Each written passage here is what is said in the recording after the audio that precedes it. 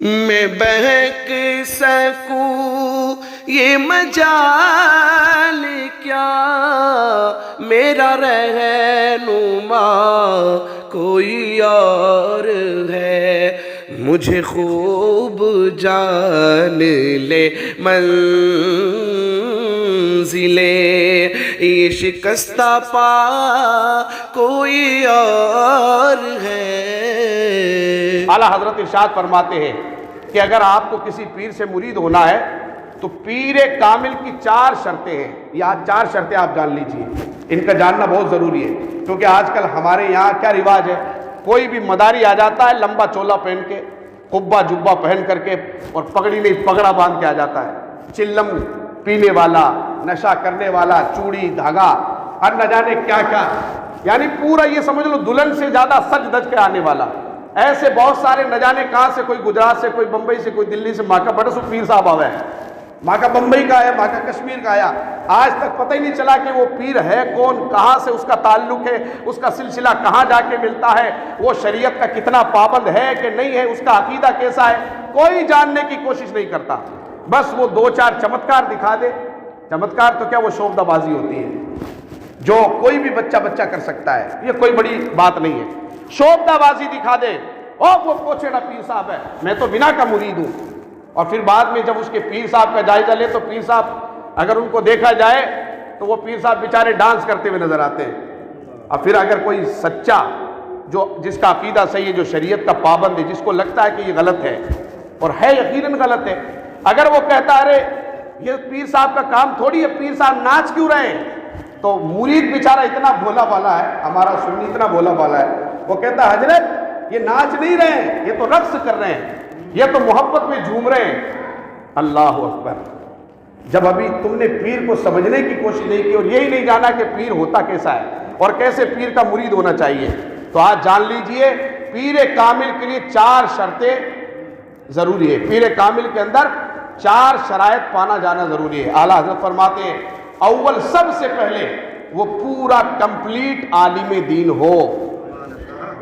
اگر کسی بھی پیر کا دامن اگر آپ نے نہیں تھاما ہے تو تھامنے سے پہلے یہ 4 چیزیں دیکھ لینا، پھر تھامنا، اور اگر آج تک آپ نے تھام رکھا ہے تو پھر ان 4 چیزوں کی روشنی میں دیکھ لینا آج آپ کے ہاتھوں میں کسی اچھے کا دامن ہے یا کسی جھوٹے کا دامن ہے۔ اگر اچھے کا دامن ہے تو شکر ادا کرنا، اس پہ قائم رہنا، مضبوطی سے عمل کرتے رہنا، اور اگر آج ثابت ہو جائے کہ ان 4 چیزوں میں ایک بھی نہیں ہے تو پھر اگر کوئی جھوٹا پیر ہے تو دامن چھوڑ کر کے توبہ کر کے کسی سچے کا دامن پکڑ لینا۔ تو 4 چیزیں، 4 شرطیں ایک پیر کے لیے، مرد کامل کے لیے ضروری ہے۔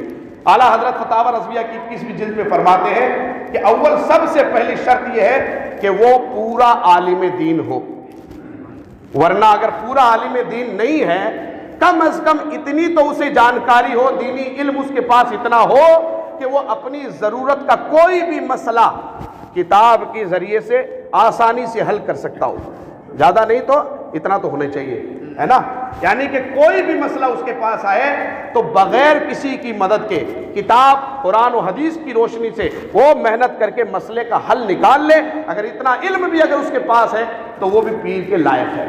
یہ تو تھی پہلی شرط۔ دوسری شرط یہ ہے کہ اس کا عقیدہ پختہ ہونا، یعنی جو ہمارے صحابہ کرام کا، تابعین اعظام کا، بزرگان دین کا جو عقیدہ رہا ہے، اس عقیدے پر اس کا سختی سے عمل ہو۔ اگر عقیدہ اس کا صحیح ہے، وہ اللہ اس کے رسول کے دوستوں سے محبت کی تعلیم دیتا ہے، اللہ اور اس کے رسول کے دشمنوں سے پرہیز کرنے کی تعلیم دیتا ہے، خود بھی اس پہ عمل کرتا ہے، تو یہ اچھے اور سچے پیر کی دوسری شرط ہے جو اس کی اصل اور اچھے ہونے کی پہچان بتاتی ہے۔ یہ تھی دوسری شرط، یعنی عالم ہونا، اور پھر دوسری شرط کیا ہے؟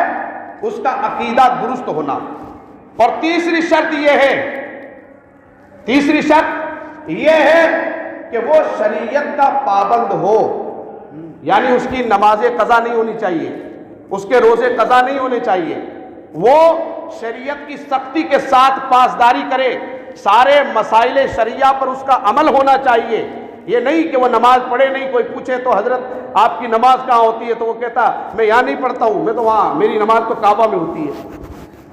میری نماز تو بیت المقدس میں ہوتی ہے. تو اس طرح جھوٹ بول کر کے اپنا پلہ جھاڑنے والوں کی کوئی کمی نہیں ہے. تو پیر اگر دیکھنا ہے تو دیکھنا کہ وہ نمازوں کا پابند ہے کہ نہیں ہے. بلکہ اصل پیر جو ہوتا ہے وہ نماز تو فرض ہے، فرض کے علاوہ ایک نفل تک بھی وہ ترک نہیں کرتا ہے. اور الحمدللہ ہم غوث پاک کے مرید ہیں نا، تو غوث پاک کی طرز زندگی آپ دیکھو، یہ ساری چیزیں غوث پاک کی ذات میں جھلکتی نظر آئے گی. اور چوتھی شرط، یہ تو 3 شرطیں ہوگی.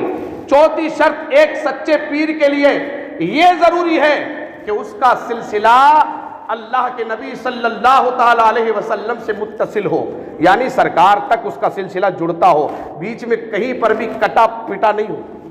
ایسا تار نہیں ہونا چاہیے کہ یہاں سے اگر تار آپ کا وائر وہاں تک مدینے تک گیا ہے تو بیچ بیچ میں سے کٹا ہوا ہے پھٹا ہوا ہے، تو جو کٹا پھٹا ہوتا تو کرنٹ کا خطرہ رہتا ہے، کہیں سے بھی کرنٹ آ سکتا ہے، کوئی دوسرا بھی جل سکتا ہے، آپ خود بھی جل سکتے ہو.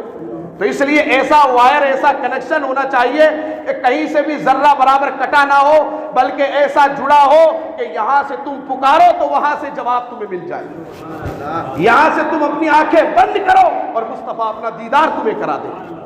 یعنی ایسا سلسلہ کہ اس کا سلسلہ براہ راست اللہ کے نبی تک پہنچتا ہو اور اس سے جڑا ہوا ہو. یہ 4 شرطیں ایک اچھے پیر، سچے پیر کی علامت ہے. اگر ان 4 میں سے آگے اعلیٰ حضرت فرماتے ہیں اگر جس میں یہ 4 نہیں بلکہ ان 4 میں سے ایک بھی اگر کم ہے وہ پیر نہیں ہے، پھر وہ شیطان ہے. ایسوں سے بچو. ایسوں سے اگر دامن ہے تو چھوڑ دو، توبہ کر لو، اچھے کی تلاش کرو. اس لیے کہ ہر معاملے میں ہم بہت جانچ پڑتال کرتے ہیں، تو ایمان اور دین کے معاملے میں جانچ پڑتال کیوں نہیں کرتے؟ یہاں پر کیوں ہم بالکل پلپلے پن سے کام لیتے ہیں؟ نماز پڑھنے سے پہلے امام دیکھو، امام اس لائق ہے کہ نہیں ہے کہ اس کے پیچھے ہماری نماز درست ہو. کسی پیر کے ہاتھ میں ہاتھ دینے سے پہلے یہ دیکھو کہ پیر کامل ہے کہ نہیں ہے نا. اور کسی کو استاد بنانے سے پہلے یہ دیکھو کہ یہ میری استاد، یہ جس کو میں استاد بنا رہا ہوں کہیں مجھے گمراہیت کی طرف نہیں لے جائے گا. اگر یہ میرے استاد بننے کے لائق ہے، مجھے دین